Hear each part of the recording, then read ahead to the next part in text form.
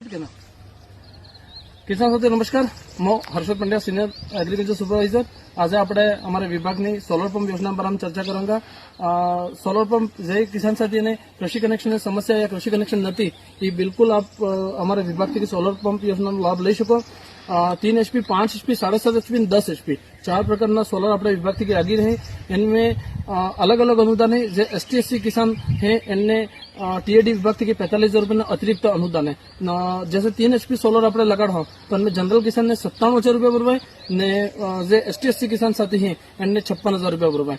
इन्हीं जगह अगर 5 HP नो है तो जनरल किसान बोले 1,29,000 है ने अगर अपने ST/SC किसान है तो इनने 84,221 रुपये भरवाए। 7.5 HP में 2,14,000 भरवाए हैं ने अगर ST/SC किसान साथी इनने 1,69,000 रुपये लमसम भरवाए।